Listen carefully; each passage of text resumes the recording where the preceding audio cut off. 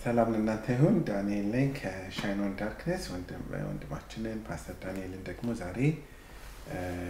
ሊጎበኘን መጥቶ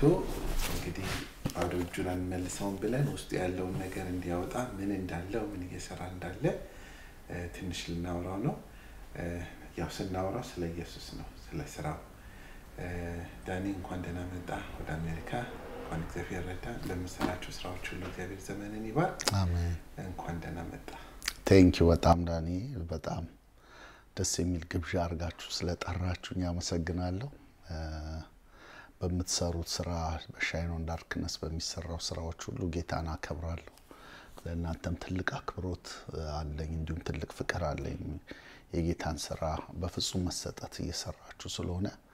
ጌታ ይባርካችሁ ማለት ፈልጋለሁ። አሜን። ተባረክልኝ። እስቲ ትንሽ ባለፈው ርዕስ ታስተምር ነበርኩኝና ስለ ኢየሱስ ሰኛ ስለተሰጠን ጸጋ ኢየሱስ ስለኛ ያደረገው ነገርና ከኛ ደግሞ ምን ይጠበቃል የሚለውን በጣም የሚገርም ትምህርት ነበር። ትንሽ ሼር ታረጋኝ ስለሱ ነበር። በጣም ደስ ይላል። ያው ስለ ኢየሱስ ስናወራ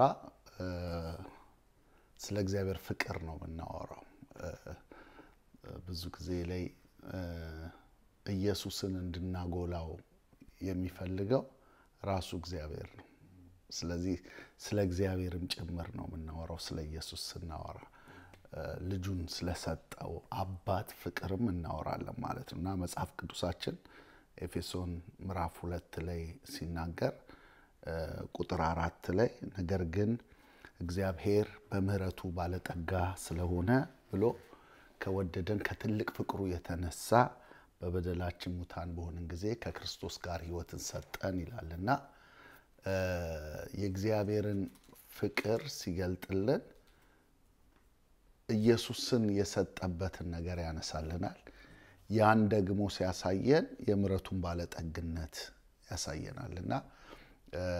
የእግዚአብሔር ፍቅር በክርስቶስ ኢየሱስ ይዞልን የመጣው የምህረቱን ባለጠግነትና ቁጥር 6 ላይ ደግሞ ከሁሉ የሚበልጠው የጸጋውን ባለጠግነት ያሳይ ዘንድ ይላልና የምህረቱ ባለጠግነትና የጸጋው ባለጠግነት በክርስቶስ ኢየሱስ የእግዚአብሔር ፍቅር ተገልጦ ክርስቶስ በሞቱና በትንሳኤ ለኛ ያበረከተልን ስጦታዎች ናቸው። ምህረትና ጸጋ ምንለው ማለት ነውና ይሄንን የምናየው ምህረት የሚለውን ቃል ስንመለከት ምህረት የሚያሳየን አንደኛ እኛ ማን እንደነበርን ያሳየናል ምህረትን ስናስብ። ሁለተኛ ምህረትን ስናስብ ክርስቶስ ምን ያክል ዋጋ እንደከፈለ ያሳየናል። ምህረት ሁለት ገጽታው ነው የምናይበት። ክርስቶስ የከፈለውን ዋጋ ወይም ምህረት ለተቀባዩ ለሰው ልጅ ለነበረበት ህይወት የተከፈለው ዋጋ ያሳየናል። የተቀባዩን ደግሞ ሰው ማንነቱ የተማረው ከምንድነው የተማርነው ምንድነው ምህረት ያገኘነው የሚለውን ዞር ብለን እንድናይ ያሳየናልና እንግዲህ ኤፌሶን ምዕራፍ 2ን ከ1 እስከ 3 ስናነሳ እንደምታውቀው ያ ምህረቱ ለየትኛው ሰው ነው የመጣው የሚለውን ነገር እናየዋለን። ምን ማለት ነው? እንግዲህ ቢፎር ክራይስት የሚለውን ከክርስቶስ በፊት የሚለውን ነገር እዚህ ላይ እንመለከታለን። እንግዲህ ትላንትም እንዳነሳሁት በዚህ ዘመን ላይ ቢፎር ኤንድ አፍተር የሚለው ነገር የታወቀ ነውና ብዙ ቢፎር እና አፍተሮች አሉ። አሁን የኔ ፎቶ ራሱ የኔ ፎቶ አለና ሰሞኑን እንደውም ለሷ ሳይቼ በፍጹም አንተ አይደለህም ብለውኝ ያውቃሉ። እና እንደገና ደግሞ ሰዎች የተለያየ ነገር ያደርጋሉ። ለምሳሌ ያክል ልበልህና ታምራቶች ሲሆንላቸው ከፈውሱ በፊትና ከፈውሱ በኋላ ብለው ያቀርባሉ ራሳቸውን። ብሬስ ያስሩ ጥርሳቸው ላይ ያቀርባሉ። ደግሞም አሁን ላይ ያው የመጣ ነገር አለ አይደል? ንቅለ ተከላ እና ንቅለ ተከላ የኩላሊት ምናምን ብቻ ሳይሆን የፀጉርም አለ ይነሳሉ ፎቶ። ከዛ በኋላ ደግሞ ያቀርቡልናል። በእነዚህ ሁሉ በመካከል የገባ ነገር ነው እንግዲህ ቢፎር እና አፍተሩን የሚለይልን። ምንድነው በመካከል የገባው ስትል ወይ ዳይት ነው ወይ ስፖርት ነው ወይ መድኃኒት ነው ወይ ፈውስ ነው ወይ something አንድ ነገር ግን በመካከል ገብቶ ነው ከበፊት የበፊትና የኋላውን ታሪክ የቀየረው። ልክ እንደዛው እዚህም ቦታ ላይ የምንመለከተው ክርስቶስ ኢየሱስ ለኛ ከመሰጠቱ በፊት ወይም እኛ ክርስቶስን ከማመናችን በፊት ወይም የእግዚአብሔር ምህረት ወደኛ ከመምጣቱ በፊት የነበረን መልክ አለ፣ ፎቶ አለ። በመሃል የገባው ክራይስት ከመምጣቱ በፊት የሚለው እናያለን። እሱን ወደ 5 ነጥቦችን ያሳየናል። ምዕራፍ 2 ከ1 ጀምሮ ስንመለከተውና የመጀመሪያው በበደላችሁና በኃጢአታችሁ ሙታን ነበራችሁ ይላል። የሞትን ነበርን። ይሄ ሙታን የሚለውን ቃል የሚያሳየን ሬሳ የሚል ቃል ነው። ግን ሕያው የሆነ ለእግዚአብሔር የሞተ ከሶርሱ ጋር ከአባት ጋር ግንኙነት የሌለው ማንነት እንደሆነ እንመለከታለን። ስለዚህ በበደልና ኃጢአት የሚለው ነገር ከእግዚአብሔር ነው የለየን። ያሳጣን ነገር ራሱ እግዚአብሔርን ነው። ያጣነው አባታችን ምንጫችንን ነው። ሁሉ ከምንጩ ጋር ተጣብቆ አይደለም የሚኖረው። ፍጥረት በሙሉ ከምንጩ ጋር ነው። ዛፍ እጽዋት የወጡት ከምድር ነው። ከምድር ጋር ተጣብቀው ነው የሚኖሩት። አዋፋት ተጣብቀው ነው ከተፈጠሩበት። እንስሳት ከተፈጠሩበት ተጣብቀው ነው። ደግሞ በውሃ ውስጥ ያሉ ተንቀሳቃሾች በሙሉ ከወጡበት ከውሃ ጋር ተጣብቀው ነው የሚኖሩት። እኛም ደግሞ ከምድር አፈር ብቻ የተበጀን ሳይሆን የሕይወት እስትንፋስ እግዚአብሔር እፍ ያለብን ሰዎች ነንና ያ የሕይወት እስትንፋስ ደግሞ የሰጠን እግዚአብሔር ጋር ተጣብቀን ለመኖር ነው የተሰጠ። ስለዚህ እኛ በኃጢአትና በበደል ከሱ ነው የተለየ ነው፣ ከእግዚአብሔር ነው የተለየ ነው። ስለዚህ ያንን ሕይወት ምን ይለዋል? የሙታን ሕይወት ነበራችሁ ይለናል። ቀጥሎ የሚናገረው ደግሞ በዚህ ዓለም እንዳለው ኑሮ ይላልና ይሄ ዓለም ራሱን የቻለ የኑሮ ዘይቤ እንዳለው ያሳየናል። ያ የኑሮ ዘይቤ ትዳራችን የቀረጽንበት፣ ልጆቻችን ማሳደግ የቀረጽንበት፣ ስራን የቀረጽንበት ዓለም የሰጠን አለ። በቃ ወይም ደግሞ የሰለጠኑ ናቸው ብለን የምናስባቸው ሰዎች የሰጡን፣ ሀገር የሰጠን አለ እንደዚህ አይነት እና ይሄ የኑሮ ዘይቤው በፊት የምንኖርበት የነበረው የኑሮ ዘይቤ እንዳለን ያሳየናል። በሶስተኛ የሚያሳየን ደግሞ እንደምታየው እዛ ክፍል ላይ በአየር ላይ ስልጣን እንዳለው አለቃ ፈቃድ ትመላለሱ ነበር በማለት ያ የነበርንበት ሕይወት ሌላ ገዢ ሌላ አለቃ እንደነበረን ያሳየናል። በአራተኛ የምንመለከተው ደግሞ የስጋችንን ምኞት የስጋችንን ፈቃድ የምንፈጽም ይሄ ስጋዊ ፍላጎታችን ወይም ደግሞ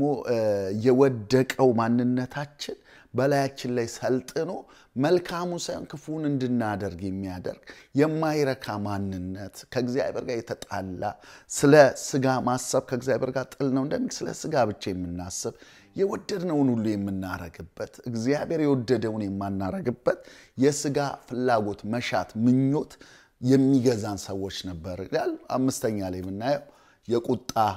ልጆች ነበር። እንግዲህ የእግዚአብሔር ቁጣ በኃጢአት ላይ የተቆጣው ቁጣ በእኛ ላይ የነበረብን ነበር። እንግዲህ ይህንን ነበርን በመካከል ምን ገብቶ ነው ቢፎር ያደረገው ስንል ነገር ግን እግዚአብሔር በምሕረቱ ባለጠጋ ስለሆነ ይለናል። ከወደደን ከትልቅ ፍቅሩ የተነሳ ከክርስቶስ ጋር ሕይወትን ሰጠን ይላል። ከዛ በጸጋ ድናችኋል ይላል። አሁን የዳነው እኛ ቀጥሎ የሚነግረው ምሕረቱ እንግዲህ ምሕረትን ስናስብ ሁሌ ክርስቶስ የከፈለውን ዋጋ እናስባለን። ከዛ ደግሞ ቀጥሎ እኛ ምን አይነት ሰው እንደነበር እናስባለን። ስለዚህ ምሕረት ክርስቶስ የሆነውን ያሳየናል፣ እኛ የነበርነውን ያሳየናል። ጸጋ በክርስቶስ ኢየሱስ ያገኘነውን አሁን የሆነውን ያሳየናል ማለት ነው። ስለዚህ ምሕረትን ስናስብ እናስታውሰው በመጀመሪያ ክርስቶስ የከፈለው ምሕረት ለተቀባይ ነፃ ለሰጪው ግን ዋጋ የከፈለበት ስለሆነ ክርስቶስ ዋጋ ከፍሏል አይደል? አሁን ይህን ጊዜ ላይ ብቻ የምናስበው የፋሲካ ወቅት ላይ ብቻ የምናስበው አይደለም። እድሜ ዘመናችንን ሙሉ የምናስበው ክርስቶስ የከፈለውን ዋጋ ነው። ምሕረትን ስናስብ አንድ የተከፈለ ዋጋ አለ። ያ ቀላል ዋጋ አይደለም። ክርስቶስ የከፈለው ከመውረዱ ጀምሮ ዝቅ ከማለቱ ጀምሮ በምስሉ እንደ ሰው ከመገኘቱ የባሪያን መልክ ከመያዙ ሰው ከመሆኑ ጀምሮ የተከፈለ ዋጋ አለ። ስለዚህ ያ የተከፈለውን ዋጋ በቃላት ለመግለጽ ስላልቻሉ መጽሐፊዎቹ በቃ አሁን ለምሳሌ ያክል ኢየሱስ የደም ላብ አላበው አይገባውም እኮ ሰው አሁን ምንድነው የደም ላብ ይላልና ወዙ በመድር ላይ እንደ ደም ላብ ነጠብጣብ ነበር እንደ ደም ነጠብጣብ ነበር ሲለን ምንድነው ይላል ግን የሰው ልጅ ጭንቀት የሰው ልጅ ስትረስ በጣም ሲያይልበት የፊቱን ቆዳ በስቶ የሚወጣ ደም እንዳለ ሳይንስ ያሳያልና ክርስቶስ ኢየሱስ ያዝን ይጨነቅ ይተክዝ ጀመረ ይላል ከፊቱ ያለው መስቀል አይቶ ሊሸከመው ያለውን ኃጢያት አይቶ ከክርስቶስ ከእግዚአብሔር ጋር ያለውን እግዚአብሔር እንደሚለየው ፊቱን እንደሚያዞርበት አይቶ ተጨንቋል ያስጨነቀው መሞት አይደለም ያስጨነቀው ሞትን ያመጣውን ኃጢያት መሸከም ያስጨንቃል የእግዚአብሔርን ፊት ሲዞርበት ማየት ያስጨንቀዋልና የሚሸከመው የሁላችን ኃጢያት ስለነበረ ተጨንቋል ተክዟል አዝኗልና ከዛ የተነሳ ደግሞ ቆዳውን በስቶ የወጣ ደም እንደነበረ ይናገራል መጽሐፍ ቅዱስ ከዛም ባለፈ መልኩ ይዘውት የሄዱት ብዙ ሌሊቶች ነው ካየው እኮ ረጅም ሌሊት ነው ኢየሱስ እየጸለየ አይደል ያገኙት ከዛ ይዘውት ኤክስ ፕሪስቱድ ወደ ነበረ ሰው ነው የወሰዱት ወደ ቀያፋ አይደለም የወሰዱትና ወደ ሐና ወሰዱት ይላልና እነዚህ ሰዎች ያደረጉትን ነገር ስንመለከት በጣም ያሳዝን ነው ኢየሱስ ክርስቶስን አቁመውት ይከራከራሉ ባሪያው የነበረው የካህኑ ባሪያ ነው ለካህን እንዴት መልሳለ ለሊቀ ካህኑ እንዴት መልሳለ ብሎ ባሪያ ነው በጥፊ የጀመረው መደብደብ ኢየሱስ ውርደት የሚባለው ነገር ጥጉን የነካው ኢየሱስ ለምን ለኃጢያት የሚከፈል ዋጋ ነበር ምህረት የሚባለው ነገር ለማግኘት የተከፈለ ዋጋ ነበር መጽሐፍ ቅዱሳችን ሲናገር ያ በጥፊ የጀመረው ነገር ተመልሰው ለሊቱ ሙሉ እንዴት እንዳመላለሱት አንዴ ወደ ጲላጦስ ቀጥሎ ወደ ሄሮድስ እየመለሱት እንዴት እንዳንከራተቱት ስናይ ኃጢያት ይሄን ያክል ዋጋ የሚያስከፍል እንደሆነ እንረዳለን ከዛም ባለፈ መልኩ ደግሞ የሮም ጭፍራዎች ናቸው ያገኙት ጭፍራ ማለት ብዙ ናቸው በጣም ለአንድ ለኢየሱስ የመጣው ሰራዊት ነው የመጣው እነዛ ሰራዊቶች ደግሞ የሚዘብቱበት የሚያሾፉበት የሚቀልዱበት ሰዎች ናቸው እና ልብሱን 10 ጊዜ ነው የሚቀያየሩት ይገፉታል ሌላ ያለብሱታል ይገፉታል ሌላ ያለብሱታል ሲጨርስ ራቁቱን በባዶ ራቁቱን ነው ያንጠለጠሉት የዝቅታን የንቀትን ጥግ ነው ኢየሱስ ክርስቶስ ያየው ይሄ ምህረት የሚባለው ነገር የተገኘበት የተከፈለ ዋጋ አለ የሚለውን እናያለን እዛ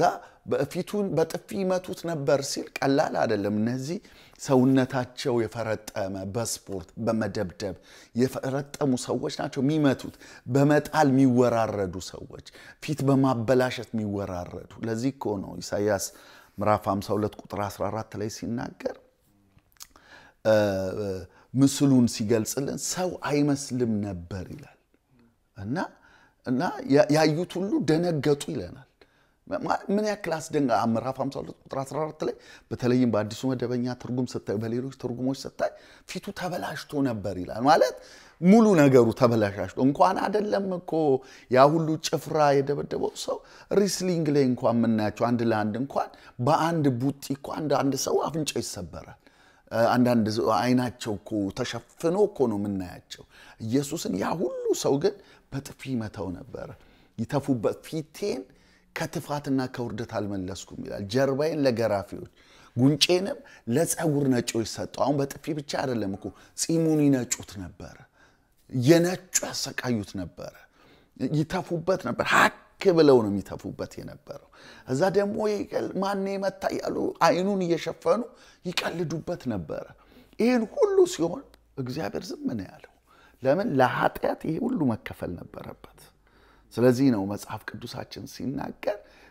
በደዌ ያደቀው ዘንድ ፈቀደ ይላል ስለ መተላለፋችን ቆሰለ ይላል ደቀቀ የሚል ቃል አለና የከፈለ ዋጋ ቃላት የሚገልጸው አይደለም የሆኑ ወንበዴዎች የሚገረፉት አይነት ግርፊያ አይደለም እሱ የተገረፈው ያ አይደለም ታዲያ ይሄን ሁሉ ነገር ግን ስለን ማለት ነው አሁን ጅራፉን ስናስበው የተገረፈበት ያው በዛ ጊዜ ላይ አጥንት ወይ ብረት ወይም ሹል ነገር አድርገው ነው ይገርፉት የነበረው ስጋው እንዴት ይቦጭቁ እንደነበረ ማስተዋል እንችላለን ግን መጽሐፍ ቅዱስ ደስ የሚለኝ በራሴ ፈቃድ ነው ነፍሴን የምሰጠዋል ማንንም ሊገለው የማይችል ነው የሞተው ወዶ ነው የሞተው ራሱን ነፍሱን ሰጠ ነው የሚለው ገለውት አይደለም ሰጥቶ ነው ማንንም የሱን ህይወት ሊወስደው እንደማይችል ደጋግሞ ይናገር ነበር ግን ምህረት የሚባለው ነገር የተከፈለ ዋጋ ኢየሱስ የከፈለውን ያሳየናል ቀጥሎ ደግሞ እኛ የነበርንበትን ህይወት ያሳየናል ለየትኛው ህይወት ነው የተከፈለው ሲባል ያ ሙታን ለነበር ነው ያ አየር ላይ ስልጣን ያለው አለቃ ፈቃድ ይመላለስ የነበረው ያ የስጋው ምኞት የሚያረካ የነበረው ያ የቁጣ ልጅ የነበረው ያ በዓለም ሲስተም በኑሮ ዘይቤው ይመላለስ የነበረው ሰው ያ የተበላሸው ሰው ከክርስቶስ በፊት የነበረው ሰው ከክርስቶስ በኋላ ደግሞ ሲነግረን ከክርስቶስ ጋር ተነስታችኋል ይለናል ኮምፕሊትሊ ሌላ ነን አሁንኛ በአየር ላይ ስልጣን ያለው አለቃ ነበረብን አሁን ግን ተነስታችኋል ካለ በኋላ ከክርስቶስ ጋር በሰማያዊ ስፍራ ተቀምጣችኋል ይለናል ከነበረው ከአለቃችን በላይ አለቃ ሆነን ተቀምጠናል ለምን በክርስቶስ ኢየሱስ ተነስተናል መነሳት ብቻ አይደለም በሰማያዊ ስፍራ ከክርስቶስ ጋር አስቀመጠን ይላል እንደዚህ ይላል ይውዚ ሲናገር ምን ይላል ቁጥር 7 ላይ ለኛ ባለው ቸርነት ከሁሉ የሚበልጠውን የጸጋውን ባለጠግነት ያሳይ ዘንድ ከእርሱ ጋር አስነሳን በክርስቶስ ኢየሱስ በሰማያዊ ስፍራ ከእርሱ ጋር አስቀመጠን ይላል አሁን ስፍራ ተቀይሯል ከታች አይደለም አሁን ከላይ ነን ከክርስቶስ ጋር ምክንያቱም ለምንድን ነው ስንል ያ ቀድም ያነሳነው ክርስቶስ ለኃጢአት የከፈለውን ዋጋ ምሕረት የሚባለው እንድንቀበል የከፈለውን ዋጋ ስናይ እስከ ሞቱ ድረስ ያለው ለምሕረት የተከፈለ ዋጋ ነው ከዛ መነሳቱን ስናስብ ደግሞ ጸጋ የሚባለው ነገር እናስባለን አየ ከዛ ስለ አስነሳን ካለ በኋላ ከላይ የሚገልጥ የጸጋውን ባለጠግነት ያሳይ ዘንድ ነው ያስነሳን ይላል በመነሳቱ ጽድቅን ያገኘነው አይደል እርሱ ስለ በደላችን ታልፎ የተሰጠውን ይልና እኛን ስለ ማጽደቅ የተነሳው ሲነሳ ጽድቅን የሰጠን ሲሞት ምህረትን ያገኘነው ስለዚህ ሞቱና ትንሳኤው ለኛ ያመጣልን ምህረትና ጸጋን ነው ምህረትና ጸጋ በክርስቶስ ሞትና ትንሳኤ የተቀበልነው ነው ስለዚህ ነው ትንሳኤውን ሲገልጥልን የትንሳኤውን ኃይል ከሁሉ የሚበልጥ ኃይል ብሎ ይገልጻል ምዕራፍ 1 ቁጥር 19 ላይ ከሁሉ የሚበልጠውን የትንሳኤውን ኃይል እንድታውቁ ምን እንደሆነ እንድታውቁ ጸልያለሁ ይላል ጳውሎስ እዛ እሱም ይላል ክርስቶስን ከሙታን ሲያስነሳው የታየው ነው የተገለጠው ክርስቶስን ከሙታን ሲያስነሳው የተገለጠውን ኃይል ምን ይሏል የብርታቱ ጉልበት ብሎ ያሳየዋል ምንድነው ይሄ የብርታቱ ጉልበት ያ ትላንት የነበረውን የተበላሸውን ማንነታችንን የቀየረበት ብርታት በእግዚአብሔር ችሎታ ኃጢአታችንን ተወው ምን አይነት ችሎታ ነው ስንል ይሄ ካልኩሌሽን ሰው አይደርስበት ይሄ ቀመር የሚገባ አይደለም ነገር ግን እግዚአብሔር ክርስቶስ ኢየሱስን ከሙታን ሲያስነሳው የተገለጠ አንድ ኃይል አለ እሱ ኃይል ክርስቶስን ማስነሳት ብቻ አይደለም እኛ ሙታን የነበርነውን ያስነሳበት ነው እሱ ኃይል ያ ከአየር ላይ ስልጣን ካለው አለቃ ፈቃድ በላይኛን ከፍ አድርጎ በሰማይ ስፍራ ያስቀመጠን ነው እሱ ኃይል ከስጋችን መሻት ያላቀቀን ነው እሱ ኃይል የእግዚአብሔርን ቁጣ ያበረደበት ነው እሱ ኃይል ከዓለም ሲስተም ነፃ የወጣንበት ነው ይሄ ኃይል ነው አሁንም የሚረዳን እና ይሄኛውን ነው ሞር ለናጎላው የሚገባው እስቲ አንተ ጨምርበት አይገርም ከዚህ ለምን ይጨመራል በጣም በሚገርም ሁኔታ ነው የገለጽከውና ኢየሱስ ይሄ ከፈለበትን ዋጋ ኢሳይያስ ላይ በጥፊ ተመታ ዲስፊገርድ ሆነ የሚለው የተከፈለበት ዋጋ so huge በጣም ትልቅ ነውና እኛ ጋር ደግሞ እንግዲህ ስለ ኢየሱስ በጣም ብዙ ብለዋልና እዛ ላይም ባልጨምር በቃ የተከፈለልን ዋጋ ይሄ ነው ስለዚህ የተከፈለልን ዋጋ ራሱ ምላሽ መስጠት ባንችልም ባይጠቀም ግን ምላሽ መጨረሻው ቨርስ ቁጥር 10 ላይ እንመላለስበት ዘንድ በእግዚአብሔር አስቀድሞ ያዘጋጀው መልካሙን ስራ ለማድረግ በክርስቶስ ኢየሱስ ተፈጠርን ላደረገው ኢየሱስ አሁን በጣም በግልጽና እንደው እንደ ስዕል አድርገን ያወራው የተከፈለበትን ዋጋ ለተከፈለው ዋጋ የሚመጣጠን የሚጠጋጋም እንኳን ባይሆን ከኛ እግዚአብሔር የሚጠብቅብን አንድ ነገር አለና ስለዚህ እስቲ መልካሙን ስራ ለማድረግ በክርስቶስ ኢየሱስ ተመርጣችኋል ምንድነው መልካሙን ስራ እግዚአብሔር እንድናደርግ የሚጠብቅብን ዋው እሱ በጣም ወሳኝ ነው ያው እዚህ ላይ በግልጽ እንዳስቀመጠልን ጸጋው በእምነት አድኗቸዋል ይላል ድነት በጸጋ ነው ይላል በጸጋ ድናቸዋል ይላል ስለዚህ እኛ የዳነው በጸጋ ነው በእምነት ነው ማንንም እንዳይመካ በስራ አይደለም ድነት በስራ አይደለም ይሄ ማንደራደርበት ሐሳብ ነው ምክንያቱም የተሰራው ለድነት የተሰራውን አሁን ያወራነውን የክርስቶስን ስራ የሚያቀል ነው በስራ ላምጣው ካለ ስለዚህ እሱ ደግሞ እግዚአብሔርንና ስራውን እንደመናቅ ነው እሱ ደግሞ እግዚአብሔር የማይደራደርበት ነው ነገር ግን የዳነ ሰው የዳነበት ነገር አለ የተፈጠረበት ምክንያት አለ ቲቶ ምዕራፍ 2 ቁጥር 8 ላይ እሱ ቃልን ብናየው በጣም ደስ ይለኛል መድኃኒታችን ይላል ከአመጽ ሁሉ እንዲቤዠን እንደዚህ ይላል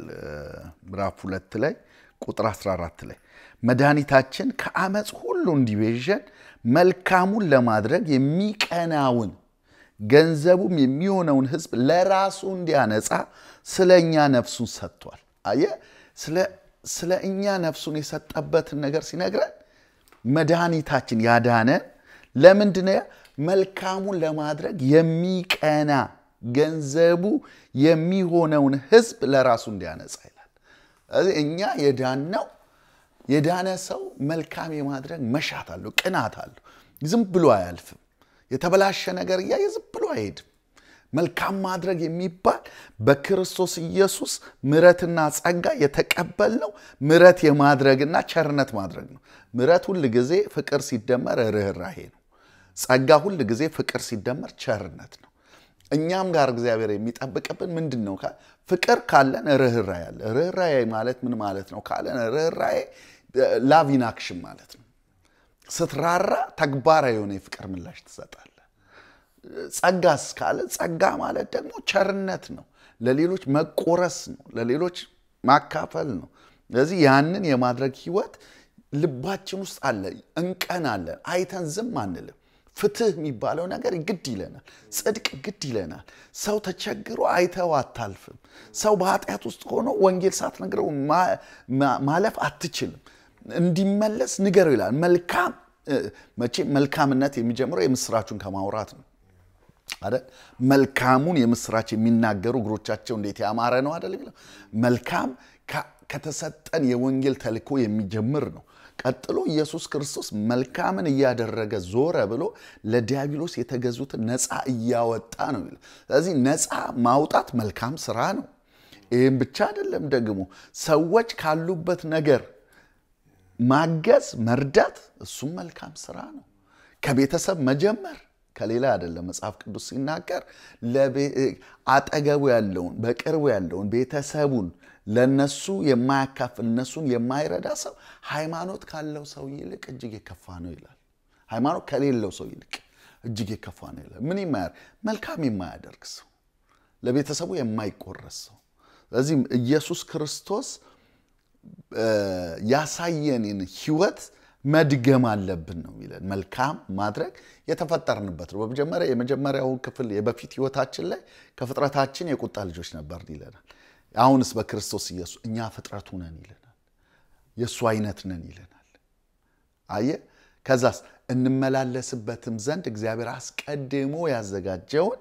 መልካሙ ስራ ለመስራት በክርስቶስ ኢየሱስ ተፈጠረን ይላል ስለዚህ የተፈጠርነው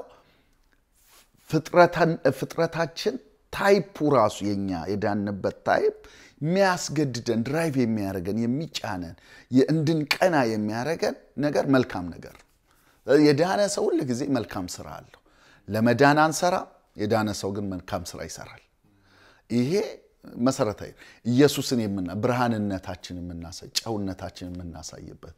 እኔ በጌታ ነኝ ብሎ ሰው ድኛለው ብሎ ቸርነትን ካላደረገ ድኛለው ብሎ ለሌሎች ካልተቆረሰ ወንጌል ካልሰበከ የድነቱ መገለጫ ምን ነው አይደል እንዴ ስለዚህ ያ የዳንበትን ህይወት በፍሬ የማሳየት ስራ ቀርቶልናል ለመዳን አይደለም ግን እንዴት የዳነ ሰው ያን ምረት የተቀበለ እንዴት ነው ምረትን የማያደርገው ኢየሱስ ያንን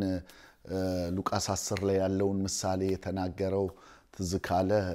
ትላንት ያነሳ ነው ያ ህግ አዋቂ የሚባለው ሰው በማድረግ የሚጸድቅ መስሎት የዘላለምን ህይወት እንዳገኝ ምን ላድርግ ብሎ ጠይቆታል እና ኢየሱስ ግን ያለው ህጉን እንዴት ታነበዋለ እንዴት ትረዳዋለህ ያለው የመለሰለት መልስ ትክክለኛ መልስ ነው ትክክል የመለሰው ሁሉ በትክክል አይኖር ስለዚህ ምን አለው እግዚአብሔርን መውደድና ባልንጀራ መውደድ ነው ብሎ ተቀለለው 613 ምናምን የሚሆኑትን ህጎች ጠቅልሎ በሁለት አስቀመጠው ትክክል ነው ሂድ ይሄንን አድርግ በህይወት ትኖራለህ አለው የዘላለም ህይወት በማድረግ ካሰብክ ትችላለህ አለው ከዛ በኋላ ግን የምናየው ነገር ምንድነው ስንል ሰውየው ባልንጀራዬ ማን ነው ሲል እናያለን አያቀው ወይም ያለ አልደረሰም ወይም ያንን በትክክል አያደርግ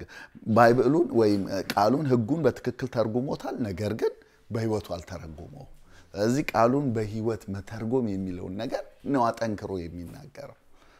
ስለዚህ መጨረሻ ላይ ኢየሱስ የተናገረው ነገር አለ አይደለ በምሳሌውን ሰጥቶ ወደ ከኢየሩሳሌም ወደ ኢያሪኮ የሚጓሰው ነበር ብሎ የተናገረው እዛ በወንበዴዎች ወደቀ ይላል ምክንያቱም ቦታው አስፈሪ ቦታ ነው እዛ ደበደቡት በህይወትና በሞት መካከል ጥለውት ሄዱ ብሎ ያ ሌዋዊው አይቶት አለፈ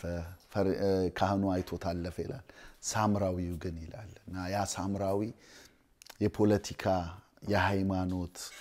በእነሱ ዘንድ የሚያውቁት ማለት የዘር ልዩነት አላቸው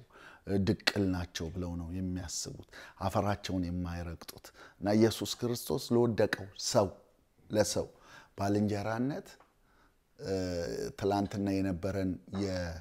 የወዳጅነት ግንኙነት አይደለም ትላንት የነበረን የባክግራውንድ ቁርኝት አይደለም ወዳጅነት ባልንጀራን በየቦታው ላይ የምንፈጥረው ነው በየመንገዱ ላይ ክሬት የምናደርገው እንጂ የነበረን ህይወት አይደለም ስለዚህ ነው ባልንጀራ የሆነው ሰው ማን ነው ምን ሆነው ነው ባልንጀራ የሆነው አይደለም የሆነው እሺ አሁን ግን ምን ሆነው ነው በየመንገዱ ላይ ምን ሆነው ነው እሱ ነው በጣም ለማጉላት ኢየሱስ ክርስቶስ የፈለገው ከዛ ማን ነው የሆነው ሲለው ምህረት ያደረገለት ነው አለ ስለዚህ ምህረት ማድረግን ሲነግረው በልሂድ አንተም እንዲሁ አድርጋለህ ስለዚህ መልካም ማድረግ ከዚህ ጋር ነው እንግዲህ በጣም የሚገርም ነው እግዚአብሔር ይባርክህ አሜን በቃ ሄደ ካንተ ማድረግ ነውና ኢሳይያስ 58 ላይ እኔ መረጥኩት ጾም ይህ አይደለምን የበደልን እስራት ትፈቱ ዘንድ ቀንበርንስ ጠፈር ትለቁ ዘንድ የተገፉትን አርነት ትሰዱ ዘንድ ቀንበርንም ሁሉ ትሰብሩ ዘንድ አይደለምን እንጀራህን ለተራበ ትቆርስ ዘንድ ከስደተኞቹ ድሆች ወደ ቤት ታገባ ዘንድ የተራቆቱን ብታይ ታለብሰው ዘንድ ከስጋ ዘመድ አንድ አትሸሽግ አይደለምን የዛን ጊዜ ይላል ብርሃን እንደ ንጋት ይበራልሃል ፈውስን ፈጥኖ ይበቅላል ይላልና በዚህ ያለ ይቀጥላል ስለዚህ ኢየሱስ ያለው ሄደ አንተም እንዲሁ አድርግ ሲል ዛሬም እግዚአብሔር የሚለን እኛን እንዲሁ አድርጉ ልክ ነው ስለዚህ ምን እናድርግ የሚለው እንግዲህ ኢሳይያስ 58 ቁጥር 7 ላይ ጀምሮ ጾማችን ይሄ እንዲሆን ስለዚህ በመልካም ስራ የምንገለጥበት ኢየሱስ ለዛ ነው መልካም ስራችሁን አይተው እግዚአብሔርን ያመሰግኑ ዘንድ በእናንተ በሰው ፊት እንዲሁ ይብራ ስለዚህ መልካም ስራ አንደኛው እግዚአብሔር የሚመሰገንበት ብርሃን የሚበራበት ስለሆነ ይሄ ከበረውን ከሰማይ ሰማያት ተወልዶ ወርዶ ከድንግል ማርያም ተወልዶ ራሱን ዝቅ አድርጎ የከፈለውን ዋጋ የሚጠጋጋም ባይሆንም ኤክስፔክት የሚያደርግብን ነገር ግን እሱ የሚፈልገው ከኛ ይሄንን እንድናደርግ ስለዚህ እግዚአብሔር ይርዳን በመሰራቸው ስራዎች በጋፍ ሚኒስትሪ በተለያዩ ስራዎች ላይ እንደምሰራ ቃለሁኝ አንደኛው መገለጫው ነው እግዚአብሔር የሚፈልገው እግዚአብሔር አድርጉ ካላቸው ነገሮች ሁሉ እኔ መረጥኩት በቃ እግዚአብሔር የሚመርጠው ነገር ብዙ ሊኖር ይችላል ግን እሱ የመረጠው ምርጫ ይሄ ነው ይሄንን ጾም ስለሆነ ብዙ ምናያቸው ችግሮች አሉ ብዙ ጉስቁልናዎች አሉ ብዙ ኢንጀስቲስ ፍርድ መጓደሎች አሉ የተራቆቱ አሉና በእነሱ ዘንድ እሱ እግዚአብሔር እንደሚናገር ሆነ እኛ እንድንቆም ይሄንን ይጠብቅብናል ማለት ነውና መስራው ስራ አለ በካፕ ሚኒስትሪ እግዚአብሔር ዘመን ይባርክ አሜን በርታ ምናልባት ልትል የምችለው ካለ ለቤት በዛ ዙሪያ ላይ እና በዚህ እንጨርሳለን ማለት ነው ኦኬ እንግዲህ ያው ጋፕስ ሚኒስትሪ የአገልጋዮችን የኑሮ የመንፈሳዊ የግንኙነት ክፍተት መሙላት የሚል ነው ራዩ እንደምታውቀው እና የኑሮ ክፍተት የምንለው በርካታ አገልጋዮች በመድራችን ላይ የሰዎችን ህይወት እየታደጉ ከጨለማ እየተናጠቁ ለበርካታ ዘመናት ጌታን ያገለገሉ አባቶች ወንድሞች ወጣቶች እህቶች እናቶች የኑሮ ጫና ያለባቸው እነሱን መደገፍ ክፍተታቸውን መሙላት ቤታቸውን ማቅናት ሰርፕራይዝ የሚል የቴሌቪዥን ፕሮግራም አለን ከጥንት ጀምሮ ያለን ድንገት ቤታቸው ውስጥ ገብተን ያው መቀየር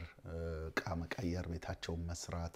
ማደስ የታመሙ ካሉ ማሳከም እንግዲህ ኢትዮጵያ ብቻ ለዚህ አሜሪካ የታመሙ ብዙ ሰዎች ጋር ደርሰናል አሁን ላይ ሳስበው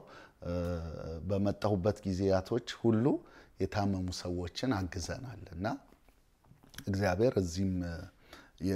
የሰራ እንደሆነ አይቻለው ባለፈው ጊዜ ላይ በመጣው ጊዜ ላይ የታወቀ ወንጌላዊ